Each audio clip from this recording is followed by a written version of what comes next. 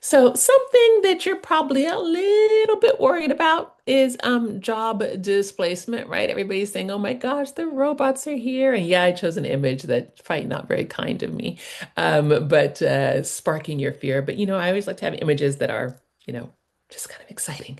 So, this came from an article when it was talking about how AI automation was threatening traditional employment.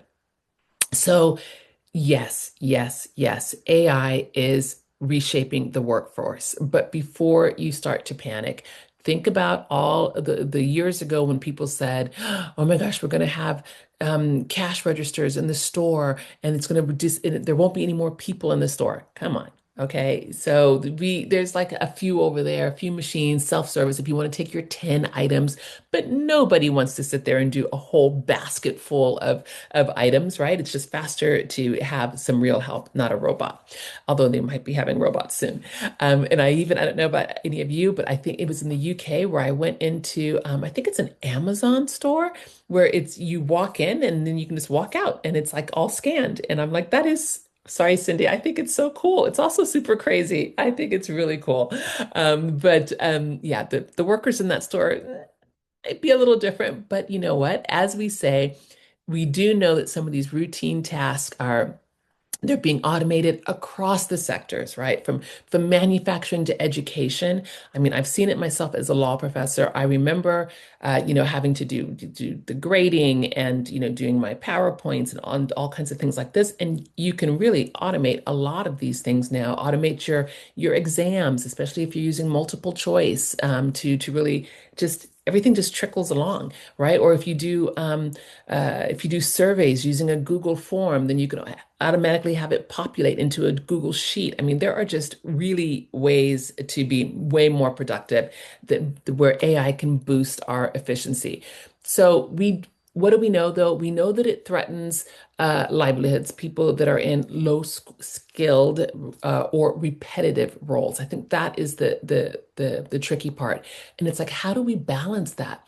How do we balance efficiency with equity? How do we possibly upskill these people and train them to help them go from here to there?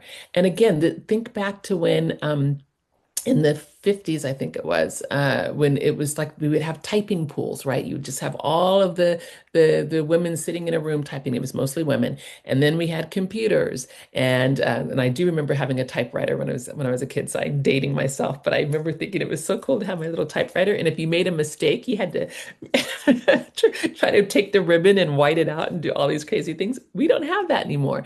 But am I freaking out about typewriters? No, it's just like we are evolving and upskilling. So just remember that AI doesn't always eliminate jobs, it changes them.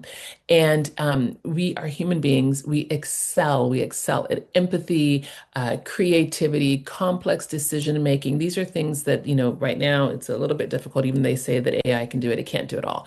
And so our goal it isn't to compete with machines, but it's to complement them. It's to work with AI, human AI collaboration, not replacement. It's just the same way we work with our computer. It's a tool.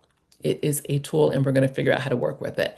How are we going to help everyone who is now freaking out saying, my job, my job? Well, again, this national reskilling, and we are so lucky because with AI, there are so many programs and plans that you can just, upskill. And I don't know about you, but for me with languages, I love Duolingo. And there's a chat bot there that I can talk to. I mean, so there are a lot of ways that AI can help us reskill, upskill, get better at something that we never thought that we could do before.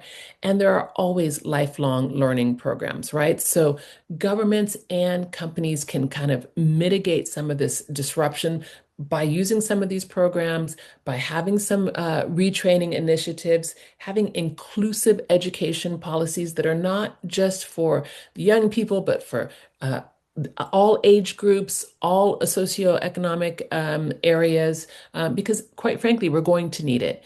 I think we also need to teach adaptability and again, that critical thinking for sure. And we need emotional intelligence because we have to ensure that we as humans that we stay relevant and that we are still remain resilient in this AI world.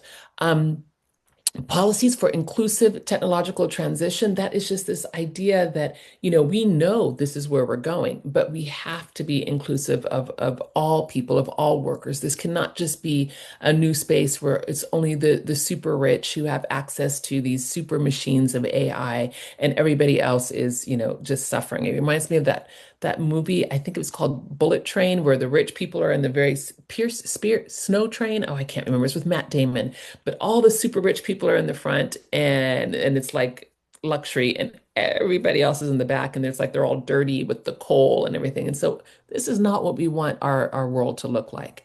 So we're going to have to work at it.